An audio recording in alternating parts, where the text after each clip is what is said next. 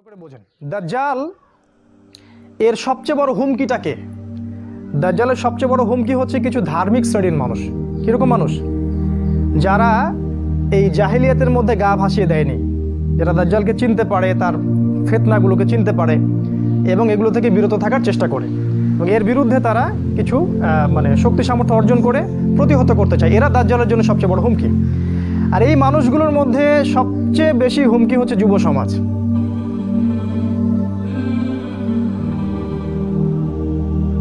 দাজ্জাল এর সবচেয়ে বড় হুমকিটাকে দাজ্জালের সবচেয়ে বড় হুমকি হচ্ছে কিছু ধার্মিক শ্রেণীর মানুষ। কিরকম মানুষ? যারা এই জাহিলিয়াতের মধ্যে গা ভাসিয়ে দেয়নি, যারা দাজ্জালকে চিনতে পারে, তার ফিতনাগুলোকে চিনতে পারে এবং এগুলো থেকে বিরত থাকার চেষ্টা করে এবং এর বিরুদ্ধে তারা কিছু শক্তি সামর্থ্য অর্জন করে প্রতিহত করতে চায়। এরা দাজ্জালের জন্য সবচেয়ে বড় হুমকি। আর এই মানুষগুলোর মধ্যে সবচেয়ে বেশি হুমকি হচ্ছে যুব সমাজ। কারণ যুবকরা এমন কিছু করতে পারে যেটা বুড়োরা পারে না। ইতিহাস দেখেন, ইতিহাসের শুরু থেকে শেষ পর্যন্ত দেখেন। এই যে ইব্রাহিম আলাইহিস সালাম, নাম শুনেছেন তো? তাকে যখন আগুনে ফেলে দেওয়া হলো, তিনি যুবক ছিলেন না? একাই তিনি মুসলিম, একাই সারা রাষ্ট্র বিশ্বের সাথে লড়ছেন। পরাজিত হয়েছিলেন? হন নাই। হার মেনেছেন? এই যুবকের চেতনা দেখেন। তারপরে দেখেন ঈসা আলাইহিস সালাম, যুবক ছিলেন না যখন নবী হন? মানুষ তাকে বিশ্বাস করছে না, তাকে ক্রুশে চড়ানো হচ্ছে। আল্লাহ পাকের কাছে দোয়া করছেন, আল্লাহ পাক তাকে পৃথিবী থেকে তুলে নিলেন। তিনি কি হার মেনেছেন? পরাজয় বরণ করেছেন? আসহাবুল উখদুদের নাম শুনেছেন? সূরা বুরুজের মধ্যে আছে। ওখানেও একজন যুবকের কথা আছে যে একাই নিজের জান কুরবানি দিয়েছে, কিন্তু এলাকার সমস্ত মানুষকে মুসলিম করে তারপর ছেড়েছে। মনোযোগ দিন এদিকে। তারপরে যেমন জাকারিয়া আলাইহিস সালামের নাম শুনেছেন? শোনেন নাই মনে হয়। জাকারিয়া আলাইহিস সালামকে এইভাবে করাত দিয়ে কেটে ফেলা হয়েছে। কিভাবে? করাত দিয়ে মাথা থেকে পা পর্যন্ত কেটে ফেলা হয়েছে। তারপরে তিনি ঈমান ছাড়েননি, ইসলাম প্রচার বন্ধ করেননি, তার দায়িত্ব থেকে সরে যাননি। ইনিও ছিলেন একজন যুবক। আমাদের নবী মুহাম্মদ সাল্লাল্লাহু আলাইহি ওয়াসাল্লাম, তিনি যখন নবী হন তখন তার বয়স কত? 40। তিনি কি তখন বুড়ো হয়ে গেছেন? তাকে পরিবার ত্যাগ করতে হলো, তাকে সমাজ ত্যাগ করতে হলো, তাকে বয়কট করা হলো, মার খেতে হয়নি, রক্ত দিতে হয়নি, এই দেশ থেকে চলে যেতে হয় নাই। তারপরেও কি তিনি আত্মসমর্পণ করেছিলেন? তিনি যুবক ছিলেন। যুবকরা যা পারে সবাই সেটা পারবে না। নবীজের সাহাবীদেরকে দেখেন। মুসআব বিন উমাইর নাম শুনেছেন? টকবকে তাজা যুবক। তিনি এমন একটা পরিবারে থাকতেন যেই পরিবারে কোনো কিছুর অভাব নাই, তারপরে তিনি ছেড়ে দিয়ে উহুদের মাঠে চলে গেলেন, সেখানে জীবন দিয়েছেন। তিনি একজন যুবক। খুবাইব রাদিয়াল্লাহু আনহু, যাকে শুলদণ্ড দেওয়া হয়েছিল। শুলদণ্ড বোঝেন? পিছন দিক থেকে মাথা দিয়ে বের করে দেয়া, এটাকে বলে শুলদণ্ড। এটা বরণ করেছেন, তারপরে ঈমান ছাড়েন নাই। তিনি একজন যুবক। এই যে এখন আমরা ইসলাম পালন করছি, এই উপমহাদেশে ইসলাম ঢুকলো কার হাত দিয়ে? একজন বড় বীর সেনা ছিলেন, তার নাম কি? মুহাম্মদ বিন কাসিম। তিনি একজন যুবক, 17 কি 18 বছর বয়স। এই জায়গাটা তিনি বিজয় করেছেন, এই পাক ভারত উপমহাদেশ। এখন আপনারা এখানে লা ইলাহা ইল্লাল্লাহ বলছেন, তিনি একজন যুবক। ওই যে পশ্চিমা সভ্যতার দিকে তাকান, সেখানে তারিক বিন জিয়াদ, তিনি সেখানে যুদ্ধ করে ওটা বিজয় করেছেন। ইতিহাস যেটা বলে যে ইতিহাসে যুবকদের হাতে প্রচুর বিজয় হয়েছে। এই জন্য দাজ্জালের সবচেয়ে বড় ভয় হচ্ছে যুবকদেরকে নিয়ে। কথা কি বুঝতে পারতেছেন এবার? আচ্ছা, এবার আরো একটু মনোযোগ দেন। তাহলে এখন দাজ্জাল কি চাবে? দাজ্জাল চাবে বলতে আমি বোঝাচ্ছি দাজ্জাল এবং তার অনুসারীরা চাবে। একটু বলি দাজ্জাল এবং তার অনুসারী কারা। একবার বলেছি দাজ্জালের অনুসারী ইহুদিরা, ওর সাথে আরো কিছু মানুষ আছে। কিন্তু ওর সাথে আর কারা আছে? ওর সাথে এমন কিছু খ্রিস্টান আছে, এমন কিছু নাসারা আছে যারা ইহুদিদের বন্ধু। পৃথিবীতে একটু ঘেটে দেখবেন যে কারা কারা, কোন ইহুদি আর কোন খ্রিস্টানরা একে অপরের বন্ধু। পৃথিবী ঘেটে দেখবেন, বিশ্বের খবর পড়বেন যে কোন ইহুদি আর কোন খ্রিস্টানরা একে অপরের বন্ধু। আমি বলে দিচ্ছি, সব ইহুদি সব খ্রিস্টান কিন্তু একে অপরের বন্ধু না। এটা ভুল কথা। তাদের মাঝেও বিভক্তি আছে। কিছু কিছু ইহুদি এবং কিছু কিছু খ্রিস্টান একে অপরের বন্ধু। তাদের নাম আমি বলে দিচ্ছি। তারা হচ্ছে Israel, Britain, America, France, Germany, এদিকে কানাডা, এদিকে অস্ট্রেলিয়া, ইন্ডিয়া। এই যে ইহুদি খ্রিস্টান সভ্যতা এবং তাদের সাথে কিছু মুশরিক, আর অবশ্যই আমাদের মতো কিছু মুনাফিক। আমাদের মতো কি কিছু মুনাফিক। ইমানদার মনে হয় নিজেদেরকে? ঈমান কি জিনিস সেটা কবরে গেলে বুঝতে পারবেন ইনশাআল্লাহ। ইমান কি জিনিস সেটা কবরে গেলে বুঝতে পারবেন ইনশাআল্লাহ। যখন প্রশ্ন করা হবে মান রব্বুক, তখন বুঝতে পারবেন ইনশাআল্লাহ ইমান কি জিনিস। পৃথিবীতে যারা আল্লাহর সাথে শিরিক করেছে, কবরের এই প্রশ্নের উত্তর তারা দিতে পারবে না। মা দিনুকা, তোমার দিন কি? যারা ইসলামকে নিয়ে ঠাট্টা বিদ্রুপ করছে, এখন হাসি তামাশার পাত্র বানিয়েছে ইসলামকে, এরা কখনোই মা দিনুকার উত্তর দিতে পারবে না। মান নবিয়ুক, তোমাকে যখন জিজ্ঞাসা করা হবে, তখন যারা এই পৃথিবীতে নবীজির সুন্নাহ বা আদর্শ অনুযায়ী চলে নাই, তারা কখনো এই প্রশ্নের উত্তর দিতে পারবে না। তাই ইমান কি জিনিস কবরে গেলে বোঝা যাবে। তাই আমি বলছি যে ইহুদি খ্রিস্টানদের সাথে কিছু মুশরিক আর আমাদের মতো কিছু মুনাফিক, আল্লাহ পাক আমাদেরকে মুনাফিকি থেকে উদ্ধার করুন, আল্লাহুম্মা আমিন, যারা ইসলামের সুবিধাবাদী অংশটুকু নিতে রাজি, যে অংশটুকু তাদের বিপক্ষে যায় সেটা নিতে তারা রাজি নয়। মানে হজ করতে পারি বছর বছর, সুদ ছাড়তে পারি না। কথা বুঝতে পারেন নাই? হজ উমরা ঠিক করতে পারি বছর বছর, আল্লাহ বিরোধী আইন ছাড়তে পারি না, জিনা ছাড়তে পারি না, মদের লাইসেন্স দেওয়া বন্ধ করতে পারি না, এগুলো পারি না। তসবিহ টিপতে পারি ঘরের কোনায় বসে আর মসজিদের কোনায় বসে, এদেরকে বলা হয় পাক্কা মুনাফিক। তো এরা সবাই হচ্ছে দাজ্জালের অনুসারী। এখন তারা চাবে কি? তারা চাবে এই সবচেয়ে বড় যে থ্রেট, যুবকদেরকে আটকে দেয়া। বুঝতে পারছেন কথা? এই যুবকদেরকে আটকানোর জন্য সে এখন কি করবে? সে আপনার সামনে কিছু টোপ দিবে। এখন প্রশ্ন, কি কি টোপ দিয়ে আপনাকে তারা আল্লাহর পথ থেকে সরিয়ে দিবে? কারণ তারা খুব ভালো করে জানে, যদি আপনি ঈমান নিয়ে থাকেন, ইসলাম শক্ত করে পালন করেন এবং আগামী সময়ের জন্য প্রস্তুত হন, তাহলে ওদের জন্য ক্ষতি আছে।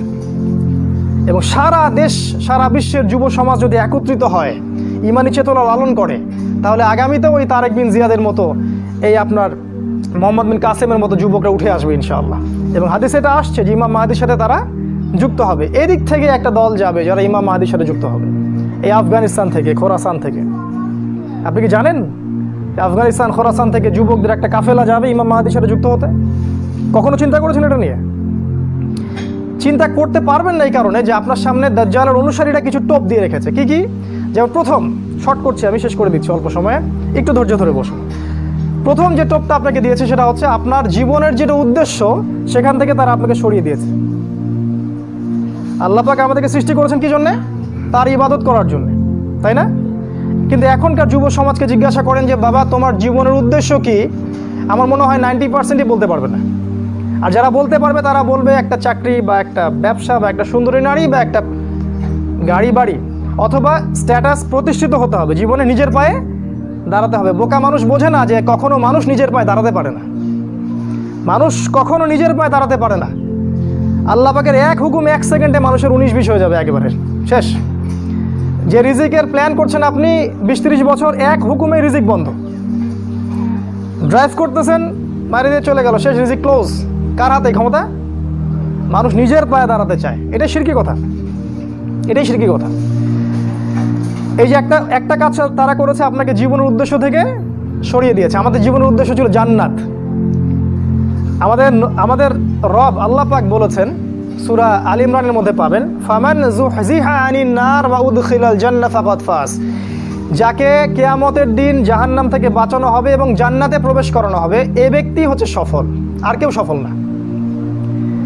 সাফল্যের সংজ্ঞা বুঝতে পারলেন? আপনাদেরকে শেখানো হয় জীবনে সফল হতে হবে, বড় হতে হবে। সাফল্যের সংজ্ঞা হচ্ছে এটা, আপনাকে পুল সিরাত পার হতে হবে, এটাই সাফল্যের সংজ্ঞা। কখনো প্রস্তুতি গ্রহণ করেছেন এটার জন্যে? আপনাকে তারা জীবনের উদ্দেশ্য থেকে সরিয়ে দিয়েছে। 2 নাম্বার কি করেছে? তারা আপনাকে দুনিয়ার মোহ দিয়ে গ্রাস করেছে। দুনিয়ার যে চাহিদাগুলো আছে এগুলো দিয়ে আপনাকে ঘিরে ফেলেছে। এর বাইরে চিন্তা করার ক্ষমতাটা আপনার নষ্ট হয়ে গেছে। চিন্তা করে দেখবেন ঠান্ডা মাথায়, আমার কথাগুলো রাত্রে চিন্তা করবেন ঠান্ডা মাথায়। জীবনের উদ্দেশ্য থেকে সরিয়ে দিয়েছে, ওই জান্নাতের পথ থেকে সরিয়ে দিয়েছে। এবং দুনিয়ার যে মোহ, এই যে খাওয়া পড়া ভোগ বিলাস, এটাতে ব্যস্ত রেখেছে আপনাকে। 2 নাম্বার। 3 নাম্বার কি করেছে? আপনাকে এমন একটা সিস্টেমে পড়াশোনা করিয়েছে 20 বছর, সেকুলার এডুকেশন সিস্টেমে, যে আপনি 20 বছরে 20টা সূরাও শিখতে পারেননি, 20 বছরে 20টা হাদিসও শিখতে পারেননি। আমি যদি ভুল হয়ে আমাকে কারেক্ট করে দিবেন। 20 বছরে 20টা সূরা মুখস্থ করেছেন? কথা বলেন, ভয় পাচ্ছেন? 20 বছরে 20টা সূরা কি মুখস্থ করেছেন কখনো? 20টা হাদিস বলতে পারবেন? 20 জন সাহাবীর নাম বলতে পারবেন? নবীজির 11 জন স্ত্রীর নাম বলতে পারবেন? নবী সাল্লাল্লাহু আলাইহি ওয়াসাল্লামের জীবনী গ্রন্থ 2টার নাম বলতে পারবেন? কি করলেন সারা 20 বছর ধরে পড়াশোনা করে? কি পড়লেন সারা 20 বছর ধরে? এই যুব সমাজ কি দাজ্জালের বিরুদ্ধে দাঁড়াতে পারবে কখনো? ইহুদি খ্রিস্টান মুশরিকদের যে ঐক্য, এদের বিরুদ্ধে এরা দাঁড়াতে পারবে? এরা আল্লাহর পথে জিহাদ করবে কখনো? তাই মনে হয় আপনার? সুবহানাল্লাহ। কথাগুলো আমি আঘাত করতে এখানে আসিনি, আমি শুধু আপনাদের বিবেকটা জাগ্রত করতে এসেছি যে এমন একটা এডুকেশন সিস্টেম আপনাকে পড়াশোনা করিয়েছে যাতে করে আপনি আল্লাহর পথ থেকে সরে গেছেন এবং ইসলামের বুনিয়াদি বিষয়গুলো সম্পর্কে আপনার জ্ঞান নাই। ওযুর ফরজ কয়টা বলতে পারে না যুবক ছেলে, নামাজের ফরজ কয়টা, ওয়াজিব কয়টা বলতে পারে না। এই যুব সমাজ কীভাবে এদের বিরুদ্ধে দাঁড়াবে বলেন, নিজেকে প্রশ্ন করেন। 4, আপনার সামনে আরও কিছু টোপ দিয়েছে, নারী। কি দিয়েছে? নারী। কারণ যুবকদের সবচেয়ে আকর্ষণের বস্তুটা কি? একটা সুন্দরী মেয়ে, তাই না? সত্য কথা বলছে। আল্লাহ পাক কোরআনে বলেছেন যুয়িনা লিন-নাস হুব্বুশ শাহাওয়াতি মিনান নিসা, মানুষের জন্য 6টা বস্তুকে সুশোভিত করা হয়েছে, তার মধ্যে 1 নাম্বার নিসা, মহিলা। মানে আমাদের কাছে সবচেয়ে পছন্দের জিনিস কি? একটা প্রিয়তমা সুন্দরী স্ত্রী, তাই না?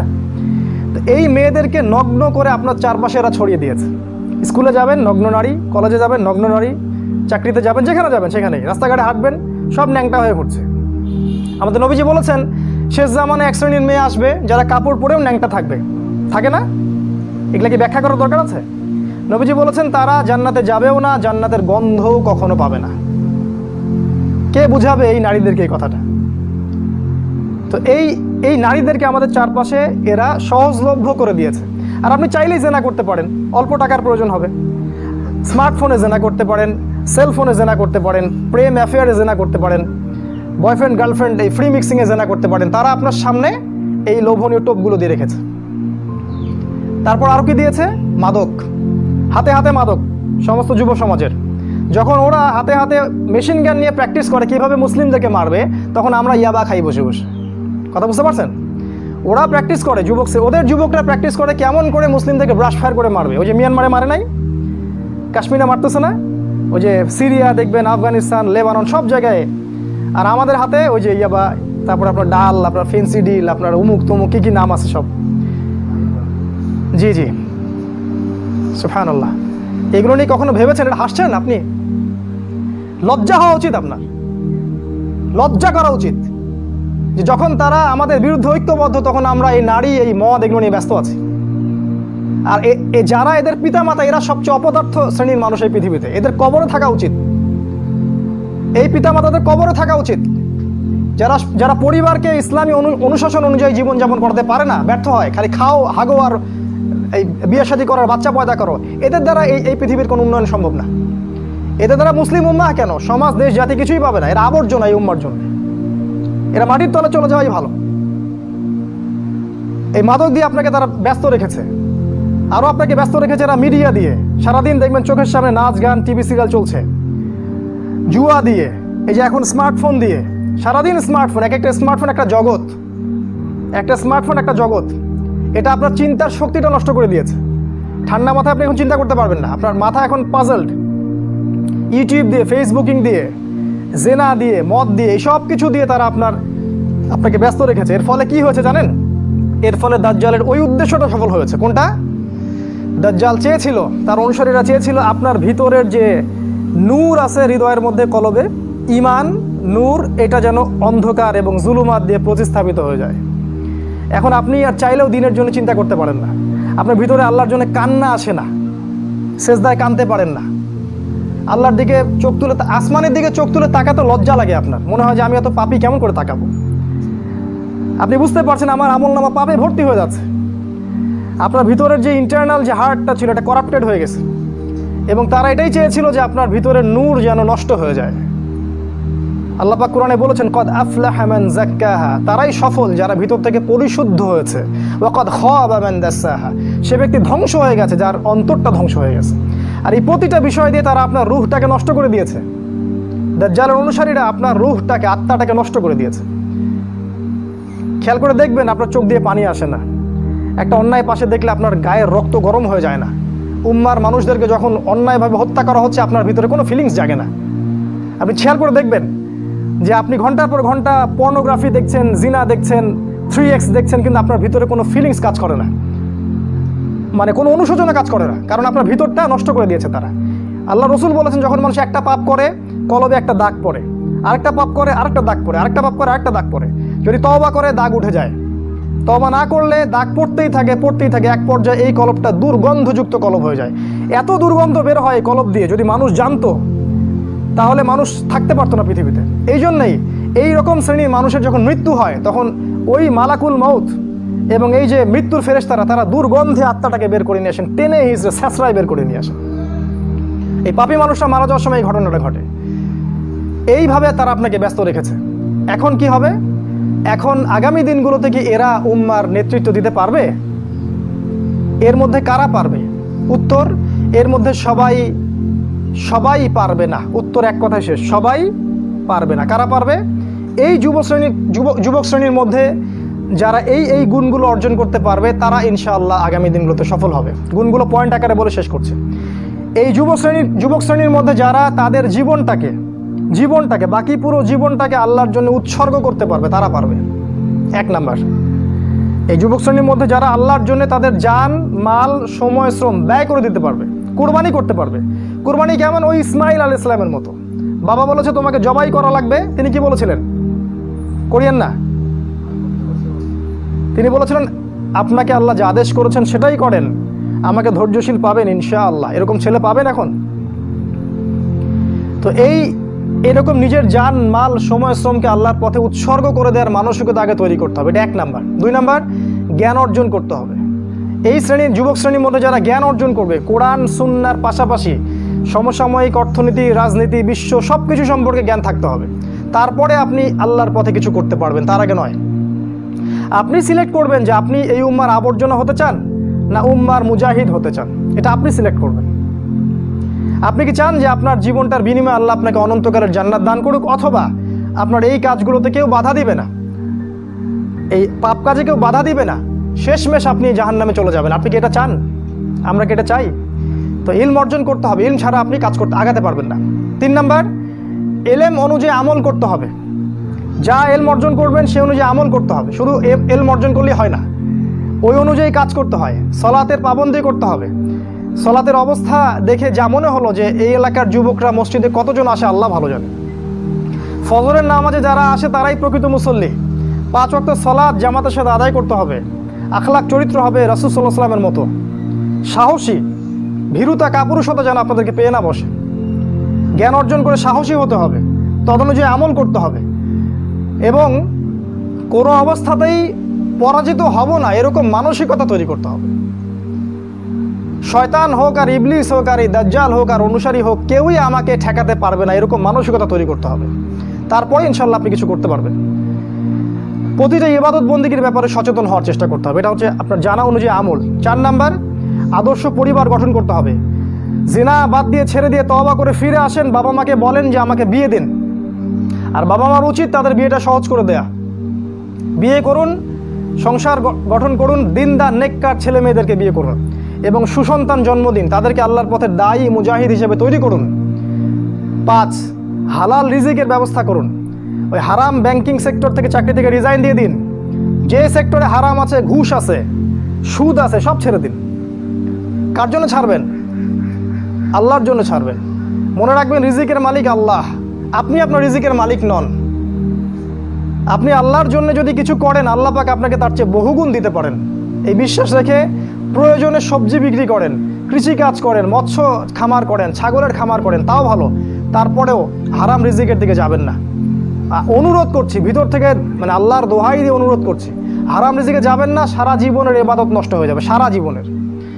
যে ব্যক্তির ইবাদতে এতটুকু সুদের টাকা আছে, ওর ইবাদত কবুল হয় না।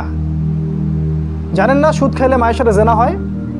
এটা জানেন না যে সুদ খাইলে 36টা মেয়েকে ধর্ষণ করা হয়, আল্লাহ এবং তার রাসূলের সাথে যুদ্ধ করা হয় সুদ খাইলে? দিব্যি খাচ্ছি, প্রতিটা গ্রামে এখন সুদী এনজিও, সয়লাভ সমিতি আর এনজিও, সমিতির এনজিও। হালাল রিজিকের অন্বেষণ করুন, এটা হচ্ছে 5। 6 নাম্বার, আল্লাহর পথে সময় ব্যয় করেন। আপনি কোন মাযহাব, কোন তরিকা, কি ফলো করেন সেটা নিয়ে আমি কথা বলতে এখানে আসিনি। আপনি আল্লাহর পথে সময় দেন, যে যেখানে আছেন সেখান থেকে আল্লাহর পথে কিছু করেন, প্রজেক্ট হাতে নেন, কিছু করেন। এলাকার যুবকদেরকে নিয়ে একটা ফাউন্ডেশন করেন, বা একটা সংগঠন করেন, বা একটা প্ল্যাটফর্ম করেন, করে কিছু একটা করেন, যাতে করে এলাকার মধ্যে জাহেলিয়াতগুলো দূর হয়ে যায়। আল্লাহ আপনাকে সাহায্য করবেন ইনশাআল্লাহ। এটা ঠিক যে বাতিলপন্থীরা আপনার কলার চেপে ধরবে ঠিকই, কিন্তু আল্লাহ আপনাকে সাহায্য করবেন। আর আল্লাহ পাক যাকে সাহায্য করবেন তাকে কেউ ঠেকাতে পারে না, পারে? কখনো পারবে না। আপনাকে জেল দিবে, শুলি দিবে, মেরে ফেলবে, তারপরে দেখবেন আপনার শেকড় থেকে আরও 10টা গাছ ঠিকই উৎপন্ন হবে ইনশাআল্লাহ। অতএব দিনের জন্য সময় দিন, উম্মাহকে ঐক্যবদ্ধ করার চেষ্টা করুন। আরেকটা নসিহা করব, দলাদলির মধ্যে যাবেন না। ইখতলাফি ফেরকা দলাদলির মধ্যে যাবেন না, তুই অমুক আর তুই তমুক আর তুই এই তুই সেই, এগুলোর মধ্যে যাবেন না। সবাইকে নিজের ভাই ভাবতে শেখেন। আর দু একটা পয়েন্ট বলে শেষ করছি, সেটা হলো যে শেষ জামানার যে হাদিসগুলো আছে, কোরআন এবং হাদিসগুলো আছে, বই পুস্তকগুলো আছে, এগুলো একটু বেশি করে পড়েন, তাহলে আপনার চোখ খুলে যাবে যে সামনে কি হতে যাচ্ছে। এর জন্য আপনি প্রিপারেশন গ্রহণ করার সুযোগটা পাবেন, সময়টা পাবেন। আমার নাসিহা হচ্ছে যে কৃষিভিত্তিক অর্থনীতির দিকে ফোকাস করেন। প্রত্যন্ত জায়গাগুলো যেগুলো আছে গ্রামাঞ্চল, সেখানে জমি কিনেন। শহরমুখী হবেন না, শহরগুলো আস্তে আস্তে ধ্বংস হয়ে যাবে। প্রতিটা শহর আস্তে আস্তে ধ্বংস হয়ে যাবে, ওদিকে ফোকাস করবেন না। গ্রামাঞ্চলের দিকে ফোকাস করেন, এদিকে আপনি জমি কেনেন, ডেইরি প্রজেক্ট করেন, পশুর খামার করেন, মৎস্য চাষ করেন, কৃষিকাজ করেন, এই দিকে ফোকাস করেন। ওইদিকে ফোকাস করবেন না, সামনের দিনগুলোতে এগুলো থাকবে না। ব্যাংকে অনেক বেশি টাকা থাকলে সেগুলো বের করে ফেলেন, বের করে গবাদি পশু কেনেন, সোনা কিনেন, রূপা কিনেন, জমি কেনেন। অনেক বড় অঙ্কের টাকা এইভাবে রাখবেন না, কারণ ব্যাংকিং সিস্টেম সামনে থাকবে না, ইলেকট্রনিক মানি সামনে থাকবে না। এখন যেমন ইলেকট্রনিক মানি দিয়ে সব লেনদেন করছেন, এটাও সামনে থাকবে না। আপনি সামনে নিঃস্ব হয়ে যাবেন, নিঃস্ব। এটা শুধু সুপরিকল্পিত একটা চক্র সারা বিশ্বে কাজ করছে। আর আস্তে আস্তে সামনের দিন যত আসবে, মুসলিমদের উপর নির্যাতন তত বাড়বে এবং মুসলিমদের অবস্থা আস্তে আস্তে আরও খারাপ থেকে খারাপের দিকে যাবে, আরও বিভক্তি বাড়বে, আরও দেখবেন কত ফিতনা আকাশ থেকে পড়বে, আল্লাহ ভালো জানেন। মহামারীর পরে আরও কিছু আসবে, তারপরে আরও যুদ্ধ হবে, আরও ফিতনা আসবে। এক কথায় সারা বিশ্বে ফিতনা দিয়ে আরও ভরপুর হয়ে যাবে। সামনের দিনগুলো অত্যন্ত ভয়াবহ। এর জন্য প্রিপারেশন গ্রহণ করেন। আমি কিছু নসিহা করলাম, এগুলো যদি আপনাদেরকে ফায়দা দিবে বলে মনে হয় আপনার কাছে, এগুলো অনুসরণ করতে চেষ্টা করতে পারেন। আর যদি মনে হয় এগুলোতে কোনো ফায়দা নাই, তাহলে আপনার কাছে কয়েকটা অপশন আছে। আপনি যেভাবে দুনিয়ার পিছনে ছুটছেন সেটাও ছুটতে পারেন, এক পর্যায়ে ছোট আপনার শেষ হয়ে যাবে মৃত্যুর মধ্য দিয়ে। অথবা আপনি আমার কথাগুলোকে যাচাই বাছাই করে মেনে চলার চেষ্টা করতে পারেন। তখনই এই কথাগুলো গ্রহণ করবেন যখন আপনার কাছে মনে হবে যে কথাগুলোর বাস্তবতা আছে, যুক্তি আছে। আজকে এতটুকু বলে শেষ করছি। ইনশাল্লাহ আগামী কোনো দিন আরও ডিটেলস শেষ জামানা নিয়ে আমরা কথা বলবো। আমরা এই পর্যায়ে দোয়া করছি আল্লাহ পাকের কাছে, মাগরিবের সময় হয়ে গেল, যে আল্লাহ পাক যেন আমাদের সবাইকে দাজ্জালের ফিতনা থেকে বাঁচিয়ে রাখেন এবং তার অনুসারীদের ফিতনা থেকে আল্লাহ পাক যেন বাঁচিয়ে রাখেন। আল্লাহ পাক আমাদের ভিতরের চোখটা খুলে দেন। আল্লাহ পাক যেন আমাদের হায়াতে রিজিকে বরকত দান করেন, জ্ঞান অর্জন করার তৌফিক দান করেন, সেই অনুযায়ী আমল করার তৌফিক দান করেন এবং শেষ জামানায় এই উম্মতের জন্য কিছু করে যাওয়ার তৌফিক আল্লাহ পাক যেন দান করেন। আল্লাহুম্মা আমিন। আমি শেষে রিকোয়েস্ট করব, রাসূল সাল্লাল্লাহু আলাইহি ওয়াসাল্লামের জীবনী ভালো করে পড়েন এবং প্রত্যেক সাহাবীর জীবনী পড়েন, দেখেন তারা কিভাবে তাদের যৌবনটাকে আল্লাহর জন্য কুরবানি করে দিয়েছেন। উগ্রপন্থায় যাবেন না, শৈথিল্য পন্থাও যাবেন না, মধ্যমপন্থী হন। আগামী দিনগুলোর জন্য প্রিপারেশন গ্রহণ করুন। আল্লাহ পাক আমাদের সবাইকে তৌফিক দান করুন। আল্লাহুম্মা আমিন। আকুলু কওলি হাযা আস্তাগফিরুল্লাহ লি ওয়া লাকুম ওয়া লিসাইরিল মুসলিমিন। বারাকাল্লাহু লানা ওয়া লাকুম বিল আয়াতিল হাকীম। ইন্নাহু তাআলা জাওয়াদুন কারীমুর রাউফুর রহিম।